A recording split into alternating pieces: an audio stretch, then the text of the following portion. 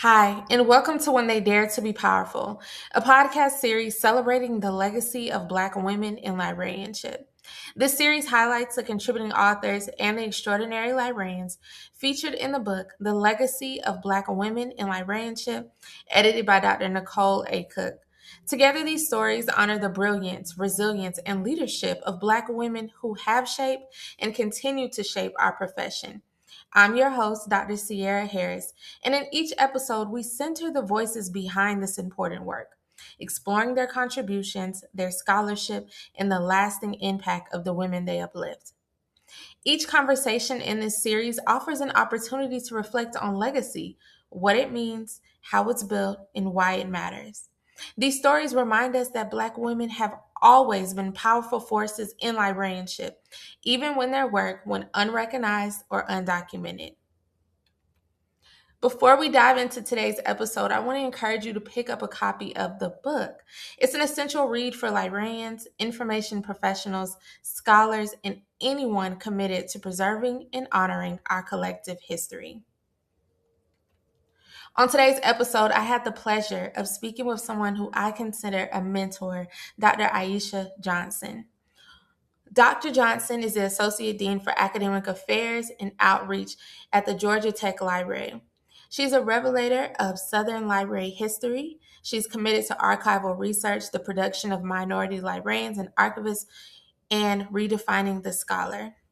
She is well versed in archival research, instruction, program administration, assessment, and evaluation, as well as curriculum development to produce practical professionals. With such dedication to the field, Dr. Johnson encourages redefining the scholar by introducing primary source research with an emphasis on synthesis and encouraging scholar practitioners. Dr. Johnson earned the Master of Library and Information Science and the subsequent PhD in Information Studies from Florida State University's iSchool. In 2020, she was dubbed Distinguished Alumni of the School. In 2021, the Association for the Study of African American Life and History recognized her work and impact with the Freedom Scholar Award. Speaking with Dr. Johnson is always a treat, and I'm so excited that I'm able to share our conversation with you all. She wrote the afterword of this book, so I felt like it was fitting to have my conversation with her be the closing of this series. Here is my conversation with the Dr. Aisha Johnson. Enjoy. Dr. Johnson, I can't tell you how excited I am to have you here. You know, we're talking all about the legacy of Black women in librarianship and your contributions. But before we dig into it and I can pick your brain a little bit, can you just tell our listeners just a little bit about yourself? So I am Dr. Aisha Johnson. I currently serve as the Associate Dean for Academic Affairs and Outreach at Georgia Tech Libraries. I have been working in libraries for 20 years this year, and I've been in leadership for the majority of that time, about 14, 15 years in leadership in archives, in libraries, federal, public, academic, you name it, I've done it. And I just really love the profession and uplifting a variety and a diversity of voices. Well, you know, your work inspires me, and I was so excited to see that you contributed to the title. What does the legacy of Black women in librarianship being published mean to you? It's confirmation of my own legacy. It's confirmation of Dr. Cooke's legacy. It's confirmation of a number of Black women librarians who are currently doing the work, advocating for all voices. And the beautiful thing about it is when we highlight these stories of Black women who have paved the way, not only professionally, but for systems for inclusion and community services and engagement in our profession. The thing about it, what we're truly highlighting is how these trailblazers shaped LIS and the contributions that have been unsung for the most part of these women, including the 2 volume, special issue journal before, right? That carried over into this book. We're highlighting their legacies by recognizing their contributions to better shaping, uplifting the LIS profession. That's wonderful. Your afterword powerfully frames Black women as resilient forces uplifting all. How has your work in the field shaped your understanding of this resilience, and how do you see it continuing to evolve? So I think Black women innately have a cape, right? We're problem solvers, we're fixers, but we're also nurturers, right? And helping others, reaching up. We make it to one spot, like somebody, I'm here, but I was inspired by others, right? And we were inspired by women before. So a lot of people know Virginia Lacey Jones is my librarian shero. Like that was a Black woman administrator who was also a practitioner, a scholar practitioner, right? And really followed her career, and I always say she has a blueprint of advocacy. It's a matter of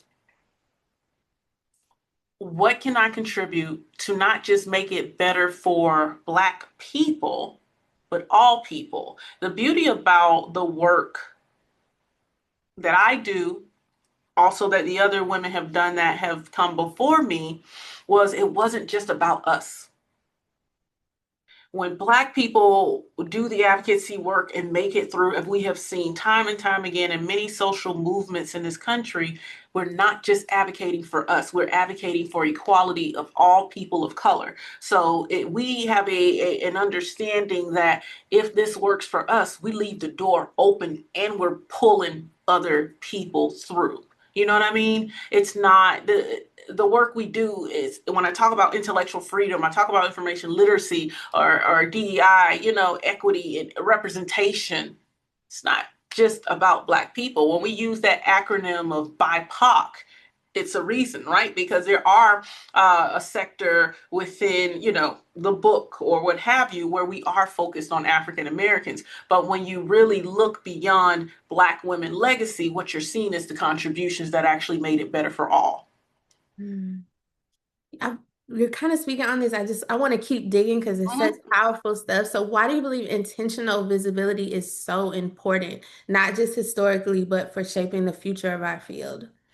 You need to be seen. Representation matters. And it's not just behind the scenes, because some people do like being behind the scenes, right? Which is Mhm. wonderful. And we need those people who are behind the scenes to make the wheel go. But having that forefront and having that face also shows other people who want to be in front, who want to be on the front line solving problems, know that this is possible, right? The intentionality of becoming a leader or becoming a scholar practitioner is letting others know, hey, I'm using my voice and you should too. The intent behind it is advocacy, but the secondary is visibility. Visibility lets you know access is possible. That same type of access that's typically or had been denied historically to Black women. But the problem solving was never denied to Black women, right? Mhm. We are fixers, we are nurturers, we are healers, we are problem solvers, but then people don't necessarily want to give you the recognition or they don't want to give you the credit that you're due. So when you're in positions, like I'm in this position, right? I'm an associate dean at a major R1 STEM-based institution. This is huge. Mhm. Having come here as the first external Black faculty member the library had hired in, I don't know, 30 years, it was a big deal. Having me in this position was not just a big deal here at Georgia Tech, but it was a big deal within LIS in Atlanta. It was a big deal within all of GLAM within Atlanta. Because now we've changing the face. Now we're changing the PR. Now we're changing what the library services look like to mirror the faculty and staff and students, most importantly, more accurately. The services are changing, the professionals are changing, and every single time it's I see what you're doing. And I see what you're doing because now other people know it's possible and it's not just ah, maybe, or I wanted to, yeah, I'm in this position to do this work, but I'm in this position for visibility. My intent is for people who coming behind me to know it's possible because I'm not going to do this forever. I don't plan on it, right? But what I do want to do is make such an impact and a contribution that all the younger professionals or even my peers know she did that. I can too. So that intentional visibility is really intentional impact. Mm. You and Dr. Cook have definitely done that for me and shown me that this career is limitless and I can make it Absolutely. my own and I can live the life I want and I can do a lot of really great things that push not just the field forward, but like you said, open the door for other women that look Yeah, like us. You we're speak happy to. and I appreciate it. Trust. I appreciate it. I don't think I would have, I know for sure I wouldn't have accomplished many of the things that I was able to in my PhD had it not been for Dr. Cook's like unparalleled guidance, had it not Yeah, been for you and the tough love and the unconditional support that yeah, comes from having just a strong community of Black women in your corner who have done it, did it well, and are excelling. That all of those things really play a huge part and they really shaped my experience and I want to be able to pay it forward when I absolutely. get to your level. So you speak of collective uplifts. Can Hmm. you share just a moment in your journey where you witnessed or participated in that spirit of mutual empowerment among Black women? I don't know if you could talk about me, but you've done it for but I'm I mean, you are that perfect example, right? I met you through Dr. Cook in the Spectrum Fellowship, where and be very clear that while we're paying it forward to those who also want to pay it forward, right? This as we've discussed before, this degree isn't about me. This degree is about other people knowing what is possible. Yeah, I love this profession, right? And I could just be teaching or I could keep it simple if I want to, right? But I want it to have an impact so other people know this is possible, especially with the legacy of Black librarianship and the denial of access to education. As we know, history repeats itself. Look what's happening now, right? And when people say, "Oh, never in America," what America you been living in? Like, collective uplift is a necessity. It is absolutely something. I'm confused that when people don't buy into it, Mm, because I think much like leadership, I think it's one of those things that can be taught. Because sometimes you haven't had that exposure. But I come from parents who are all about community. I come from parents who participated in community engagements, community uplifting, but also protests. You know what I mean? So it's for me, it's a natural thing, but I think people have to understand the necessity behind it because the historical implications when we don't. When we first met, you said something that shifted my perspective, and I doubt you even realized that you had this kind of impact, and that it was like a side comment that you made, Mm, just about how selfless you have to be in this field and in this career. yeah. And when I think people think of being selfless in, I guess, the traditional way, it's like community service focus or Mm, just like frontward focus, like in the public sector, but you don't think about it sometimes in the academy. And I yeah. hadn't, in that audience, when I was listening to you speak, I hadn't thought about the work that I was doing as Hmm. selfless work. Then when I started digging deeper and I'm looking at Dr. Cook's career path and all the things that she's done for me, selfless. When I Yeah. look at all the things that you've done, the things you've done and the ways you've poured into me, taking time to pour into me, selfless. When we go through the book and we read about all these librarians and all the contributions that they made, selfless. Yeah. Oh, it's It is. It's so it We do a lot of mentorship formally, informally. People, we know the response that people have to us, Dr. Cook and I. We do. We fully are self aware of the response. We are self aware of the respect that we have in our profession.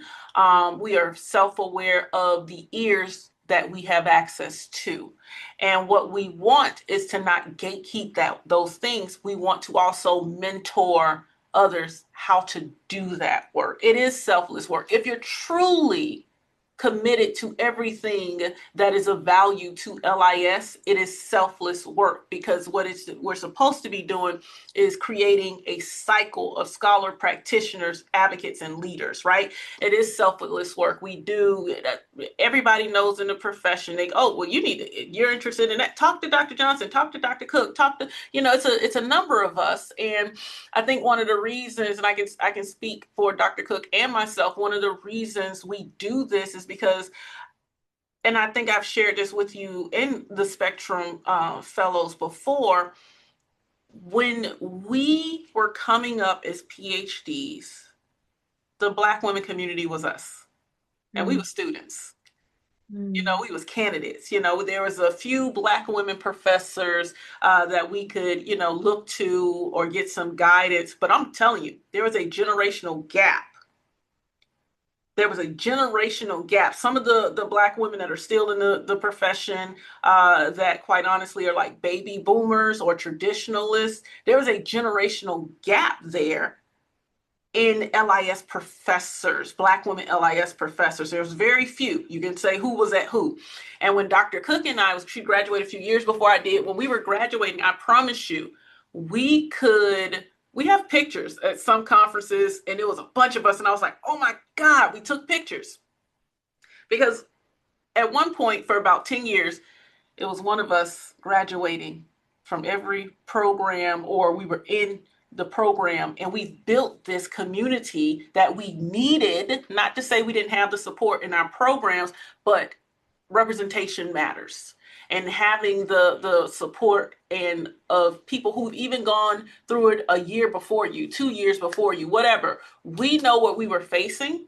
We understood. Some people were really hard down fighting just to do the research they came to do. It made a significant difference. So ultimately, we kind of did some peer-to-peer mentoring. So now we have this community of Black women professors, and we want to share that. So when we meet, like when Dr. Cooke was like, oh, you got to meet Cearra and this, that, and the other. I was like, okay, cool. Hey, we know a lot of people. What you trying to do? Because we built this community with intention mhm. and community uplift, so we can welcome other people in it. And it's not just Black women, it's all women of color, right? We help men of color. We help everybody, quite frankly. If you want help, we'll help you. But that's who we are as Black women. You know what I Mhm. mean? While it looks like, oh, well, this book is just about Black women legacies, the Black women librarians, it's not. Mm-mm. It's not, but that mentorship, informal, formal. Everybody, there's a running joke here. When we hire somebody new, they're like, "Oh, you're gonna meet Dr. Johnson, and she's gonna have a whole plan for your life." And I will. As soon as you tell me what it is that you want to do, what it is that your goals are, short term, long term, let me see how I can help you. And if it's not within my specific lane of LIS, I know somebody. I can Mm. make a connection. Hey, let's find you an internship. Hey, let me see if I can get you an adjunct position. Something that's going to help you build and get to where you want to go as an administrator. I see that as my job, whether it's within an organization I'm in or another organization. The long-term goal is to get you where you want to be. It's an innate thing that happens, but the community that we built is for that. And we don't want people to feel like some of our colleagues felt dismissed, left behind, unconsidered, a token, a number. You know what I Mm. mean? Like we don't want other people to have those experiences. So yeah, we built this to be of support.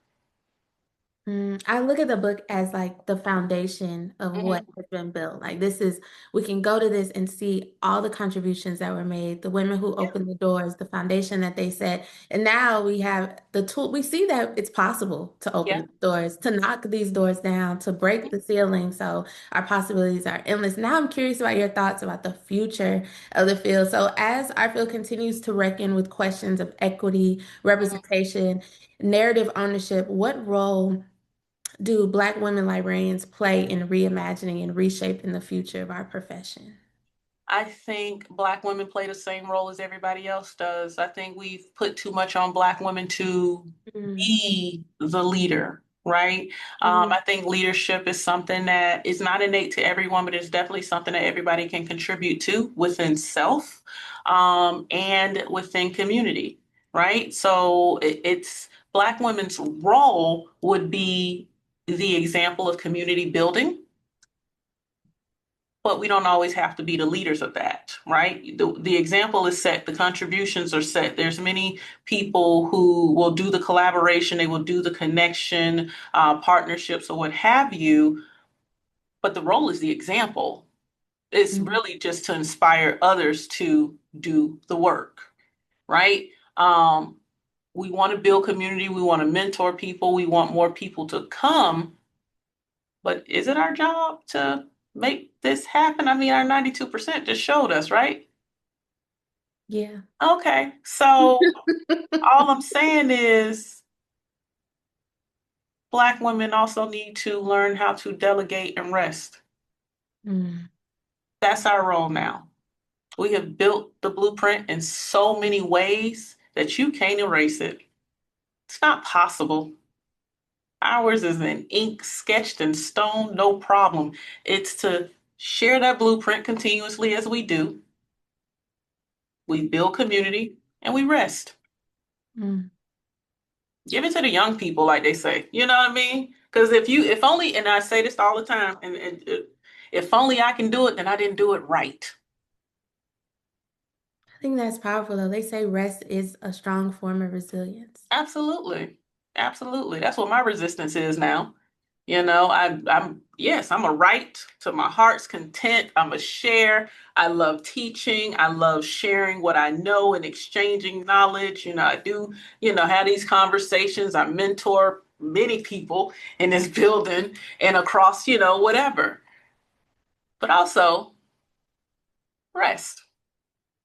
Hmm. Be I that love example. talking to you. I love, love, love talking to you because I always leave with something and you make me think. I'm gonna get out this call and I'm be thinking, man, I need to rest. I'm gonna think about that for the rest of Yes, because we love this profession, and our profession has the privilege and curse of being, people are so aware of it, politics are aware of it, right? They know the impact of librarianship, because they know the impact of access to education and informational resources, and the resistance that that can build within people, right? But at the same time, as these legacy and these trailblazers have shown in this book, that's not always welcomed. And we will beat ourselves down trying to save everybody. At what point do we rest? And I want my generation to be Generation X, and my generation as a millennial, I want our generations to also be the examples and a legacy of that. Like, dang, they did all this and got out the way. Mm. Because you never stop truly doing what you love, right? Hmm. But make way for other people. You know what I mean? That pathway. That's all we trying to do. They're made this legacy, and their contributions is amazing because they knew it would impact us. And what we're doing is amazing. It's a legacy building, and all of that good jazz, which I'm still fairly young, so I feel weird even saying, legacy, but that's what it is, and that's going to impact somebody. Like I'm handing this over. This is why I like doing the workshops or the speaking engagement, exchanging that knowledge because hey, you're next. And I need your next to be now. Mm. As we close, I have one more question for Okay. you. So, suppose readers take only one lesson from your afterword and the book in itself. What do you hope it inspires them to do individually or institutionally to honor, support, and champion the legacy of Black women in librarianship? Advocacy for all, period. Period. It's not just you. It's not just you. It's not about you. Even as a Black woman, yes, I am a proud Black woman, but I'm not just advocating for me. Is that the face? Absolutely. But I need to advocate for my voice, which truly means I'm advocating for all underrepresented voices. Now, is that how everybody's going to see it? No. But is that the reality of how it's seen? Yes. Mm. So representation and inclusion is it's not limited.